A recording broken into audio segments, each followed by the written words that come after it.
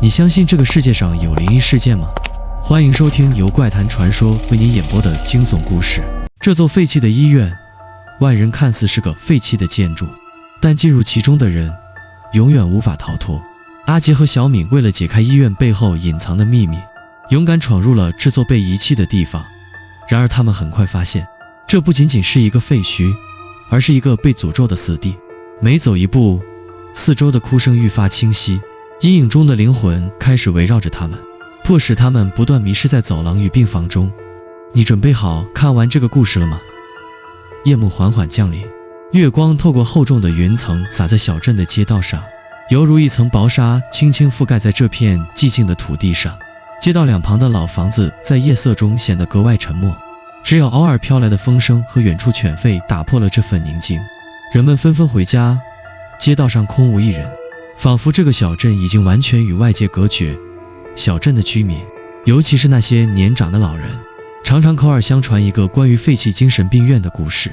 医院位于镇外的废墟中，早已荒废多年，曾是一个关押精神病患的地方。每到夜晚，医院的四周就会传来奇怪的声音，最让人毛骨悚然的是一阵阵哀嚎和低沉的哭声。当地人都说，这些声音并不是风吹过破窗的声音，而是死去的病人们冤魂的哀嚎。没人敢靠近那地方。在镇上的小酒吧里，老人们总是用低沉而神秘的语气讲述着这个故事。那些病人死后，他们的灵魂一直困在那里，无法得到安息。他们还说，曾有人试图揭开医院的秘密，但最后都没有再回来。阿杰和小敏刚刚搬到这个小镇，作为新人，他们对这些传言并不怎么在意。阿杰是个喜欢冒险的年轻人，刚开始听到这些故事时，他只觉得有些荒唐。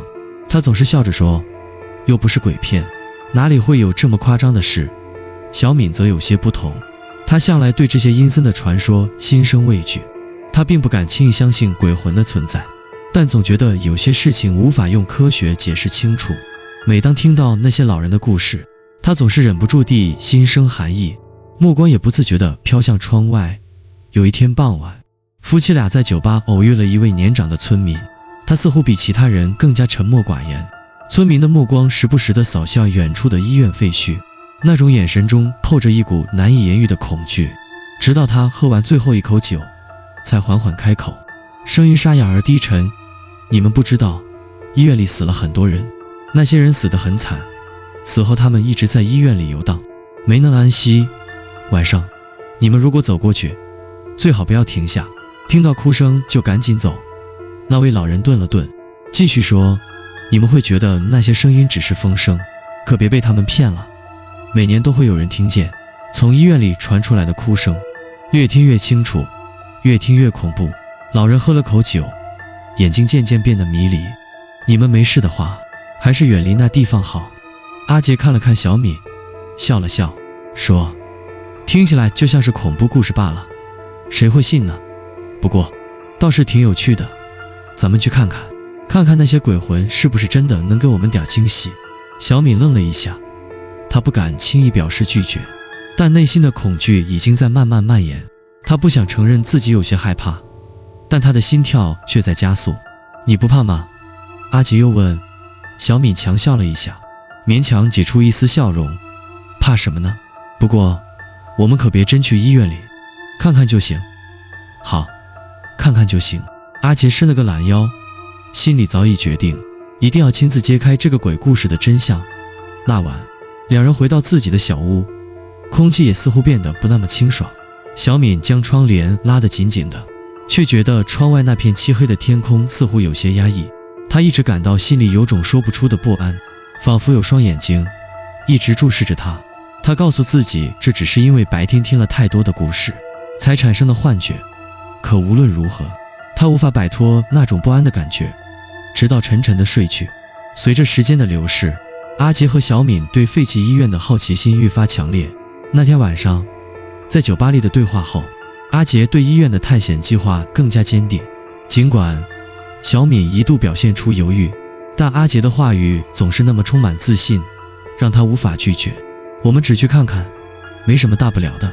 阿杰的声音总能带着一股轻松的语气，仿佛面对一座废墟不过是一场寻常的冒险。几天后的一个傍晚，阿杰终于说服小敏，他们准备一同前往医院，挑战那些传言中的鬼魂。小敏虽然心有不安，但总觉得自己不应在丈夫面前显得太过胆小，于是她整理好背包，带上了手电筒、相机，还有些许食物和水，准备好迎接这一场平凡的探险。他们驾车离开了小镇，沿着一条蜿蜒的山路前行。随着车轮的碾压声，一切似乎变得格外安静，四周的环境也逐渐从熟悉的街道转变为被大自然吞噬的荒凉景象。小敏透过车窗看着渐行渐远的村庄，心里有一种说不清的忧虑。她总感觉这趟行程不是那么简单。你确定没有问题吗？小敏低声问道。阿杰转过头，面带笑容，放心吧，只是去看看，那些故事不过是老人们的唠叨罢了。他的一句轻描淡写，似乎消除了他心中的一丝疑虑。车子驶入一片密林，树木稀疏，空气中弥漫着湿气和腐朽的气味。终于，车轮碾过一条石板路，前方隐约出现了一座废弃的建筑群，破旧的铁门被风吹得嘎吱作响，围墙的裂缝里长满了杂草，仿佛一切都被时间抛弃了。阿杰停下了车，转头看向小敏，我们到了。小敏的目光落在那座被废弃已久的医院上，眼中有一丝犹豫。那座医院如同一头沉睡的怪兽，深深埋在荒野之中。它的外墙已剥落，玻璃窗破碎，空无一人的窗框里透出几缕微弱的月光，给人一种死寂而阴森的感觉。你不怕吗？阿杰似乎看出了他的紧张，微笑着安慰道。小敏强忍着心中的不安，深吸一口气，点了点头。怕，但我不想在你面前看起来太胆小，那就一起去看看。探险从来不怕的不是鬼，而是自己的恐惧。阿杰说完，率先下了车，朝着医院走去。小敏紧跟其后，心脏的跳动逐渐加快，脚步也有些沉重。他的眼睛扫过那座古老的医院，感觉每一块瓦片，每一根铁杆似乎都在向他诉说着某种未解的痛苦。他本能的想要回头，但又忍住了。他知道，这是一场他无法回避的冒险。走到医院门前，他们停了下来。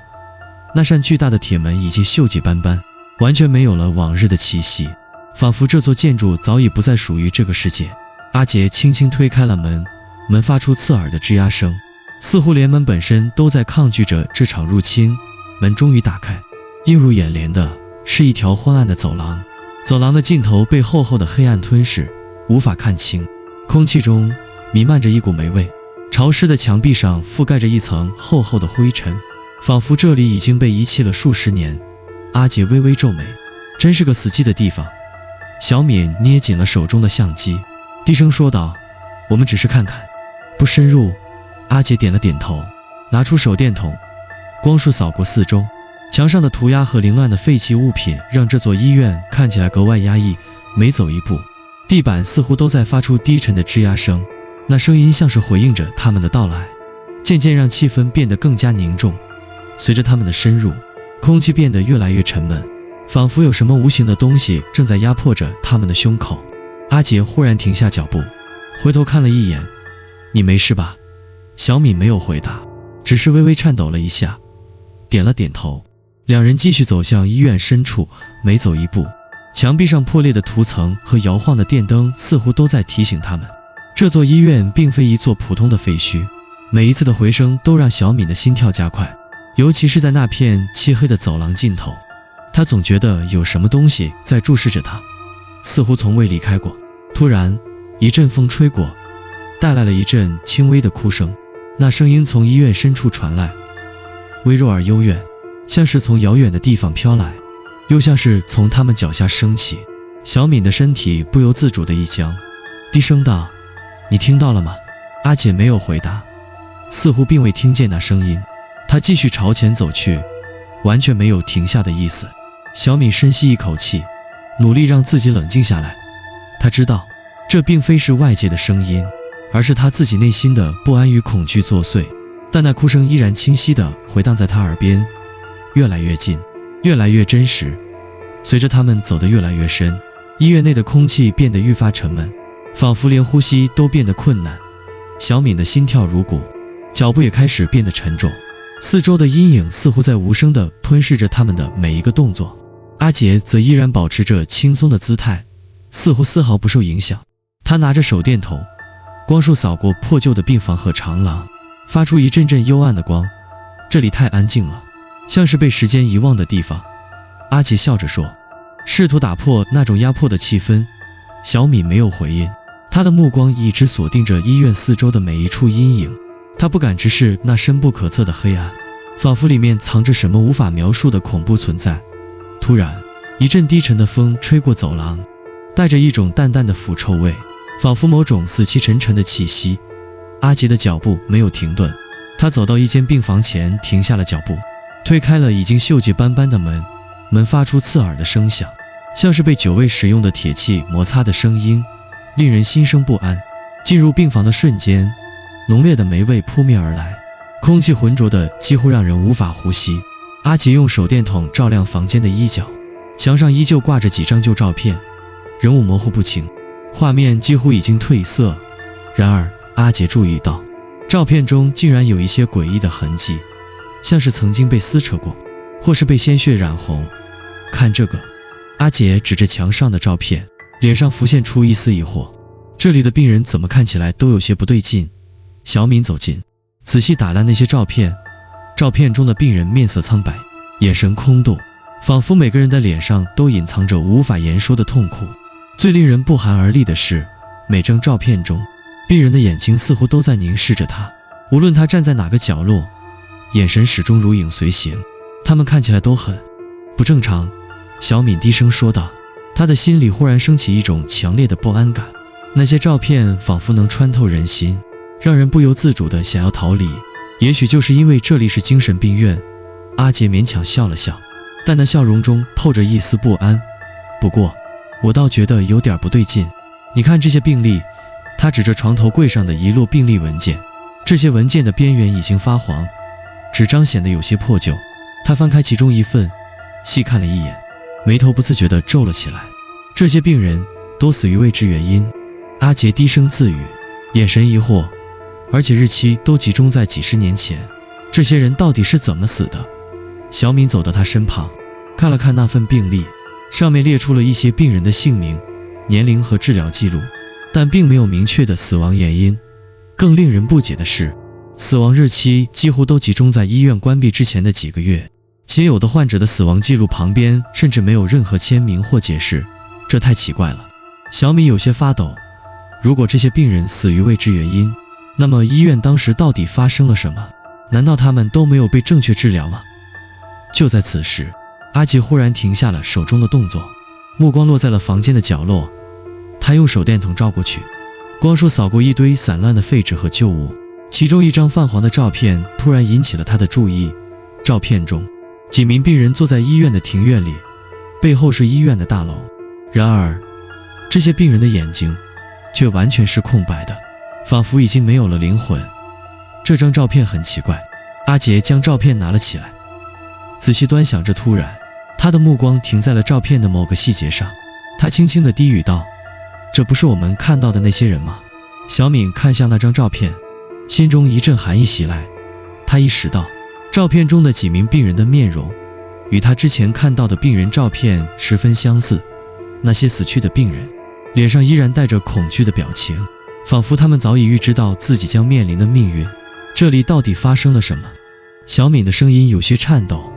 突然，阿杰的眼睛变得空洞，他的表情也变得僵硬起来，手中的照片似乎不再是普通的纸张，而是如同一道门，打开了通向某种未知的东西。突然，他的脑海中涌现出一些模糊的画面，一间黑暗的病房，病人痛苦的呻吟声，还有一张被撕裂的面孔。阿杰，你怎么了？小敏急忙抓住了阿杰的肩膀，想要把他拉回现实。阿杰的眼神渐渐恢复了清明，但他脸色苍白，额头上布满了冷汗。我有些头晕，他轻声说，声音中带着一丝不可抑制的恐惧。小敏，我刚才看到了一些东西，有个病人的脸，不是活人，是一张已经腐烂的面孔，仿佛死后多年。小敏的心跳骤然加速，她下意识地看了看四周，房间的空气仿佛变得更加压抑，他能感觉到一种无法言喻的恐惧在蔓延，似乎有某种东西正在靠近，而他与阿杰都无法逃避。我们该走了。阿杰，小敏的声音颤抖着。我们不该待在这里。阿杰点了点头，手脚都有些颤抖。他刚才的感觉十分真实，那种仿佛被某种无形力量控制的感觉让他无法释怀。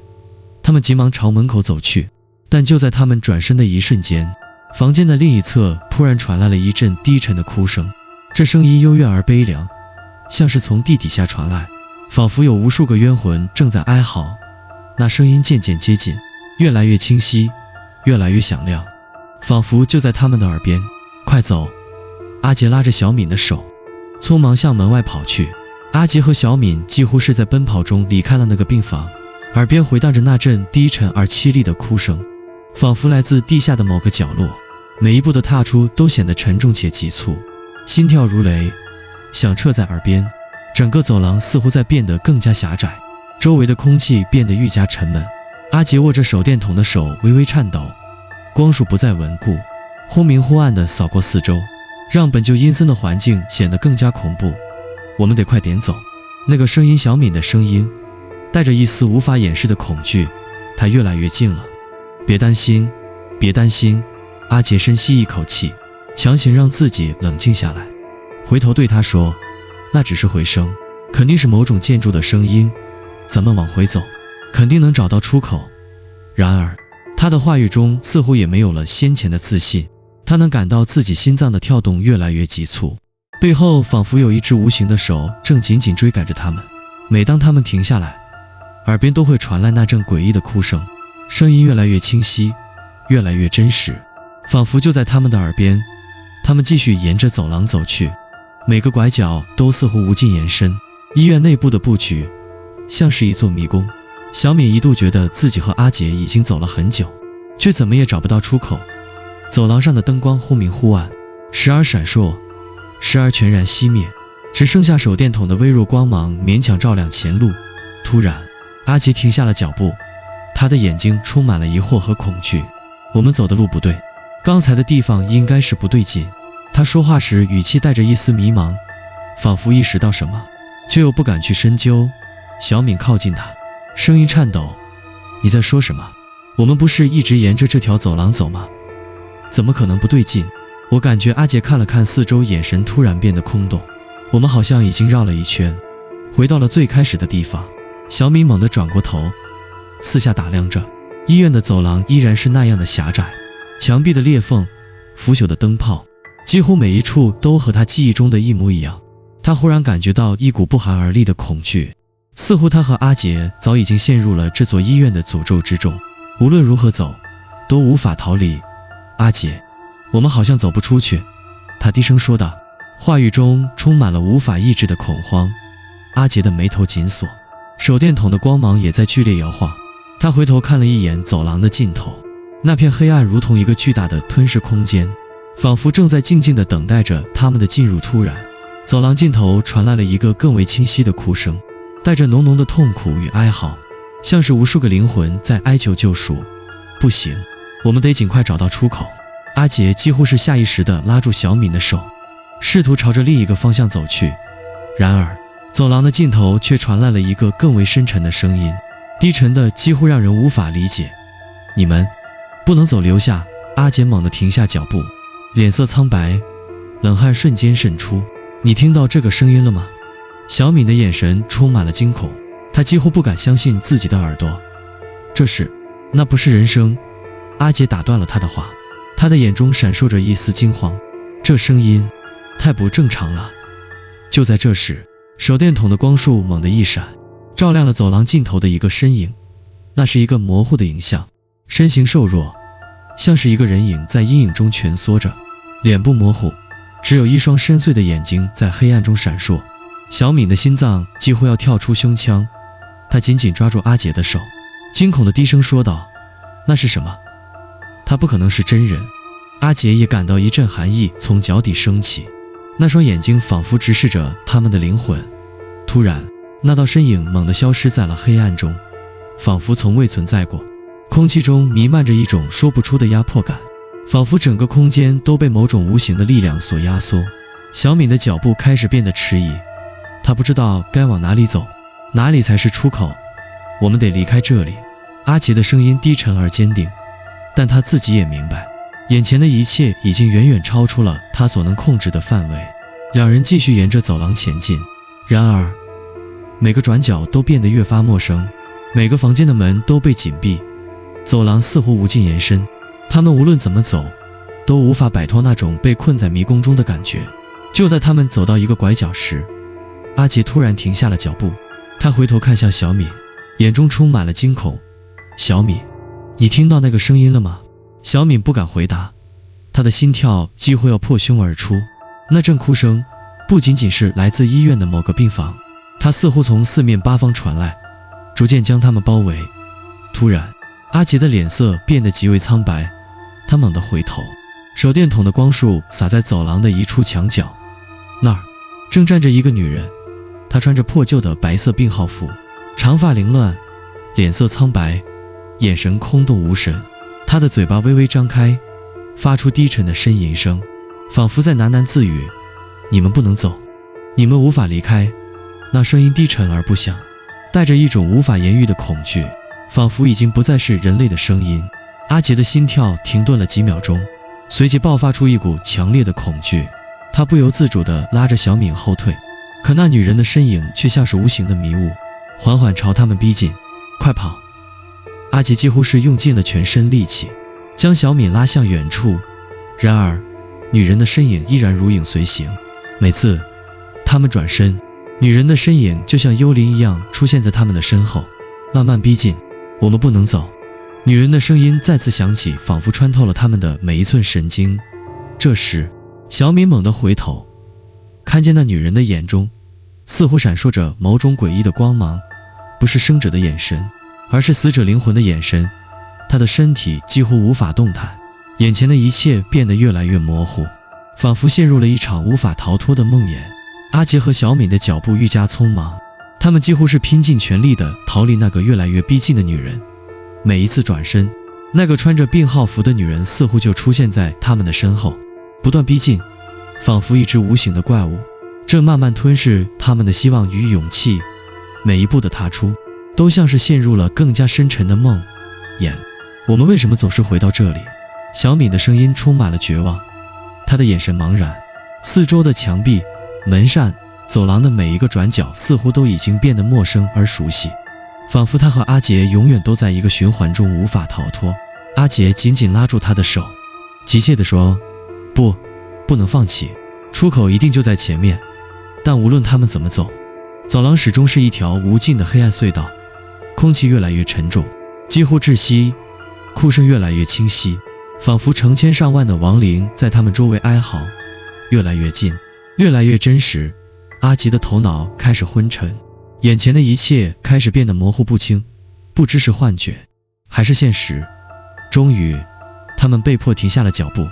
阿杰的脸色惨白，心跳几乎失控，他用力扶住墙壁，喘息着：不行，这到底是怎么回事？小敏的脸色苍白，她的声音变得低沉而无力：阿杰，我们是不是已经死了？是不是已经被困在这里，永远也无法离开？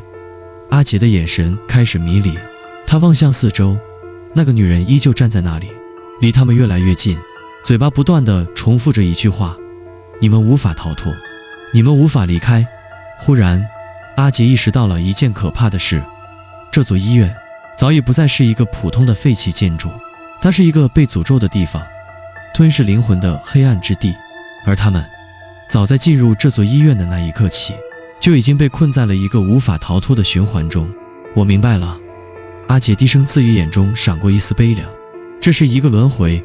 小敏的眼中闪烁着痛苦与恐惧。我们就是这些病人中的一员，是吗？我们的灵魂早已陷入了这座医院，无法脱身。就在此时，走廊的尽头再次响起了那阵低沉的哭声，但这次它不再来自某个角落，而是直接从他们的心底传来，仿佛是某种被压抑已久的情感突然间爆发了出来，愤怒、痛苦、回恼、无法释怀的恐惧与绝望。阿杰转身看着小敏，眼神变得越来越空洞。我们就是这些病人，我们的命运和他们一样，永远困在这里，无法逃脱。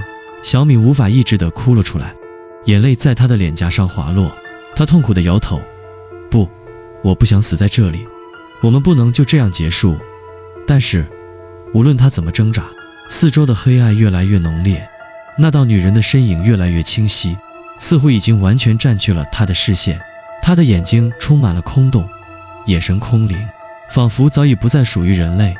她慢慢开口，声音低沉而不响，你们永远无法离开，你们已经是这里的一部分。就在她的身影越来越逼近的一刻，阿杰猛地拉住小敏的手，准备冲向另一个出口，但他们的眼前却突然变得一片模糊，仿佛时间与空间在这座医院的诅咒下扭曲了。每一条走廊，每一扇门，似乎都不再是过去的模样。医院的所有门扉都已关闭，四面八方都是墙壁，根本无法找到通向外界的道路。就在这时，女人的声音再次响起，你们也是我所囚禁的灵魂之一。这一瞬间，阿杰的身体僵硬了，他转过头，嘴唇微微颤抖。这是轮回。小敏绝望地低下头，她终于明白了，自己和阿杰早已陷入了这座医院的诅咒，成为了他永远无法离开的幽灵。每一位病人，每一个死去的灵魂，都永远困在这座医院里，轮回无尽，生死无法割舍。故事的最后，阿杰和小敏的身影逐渐消失在走廊深处，医院的大门缓缓关上，所有的哭声也随之渐行渐远。废弃的医院再次恢复了它沉寂的模样，仿佛一切都没有发生过，只有那不灭的阴影永远漂浮在这座空荡的建筑中。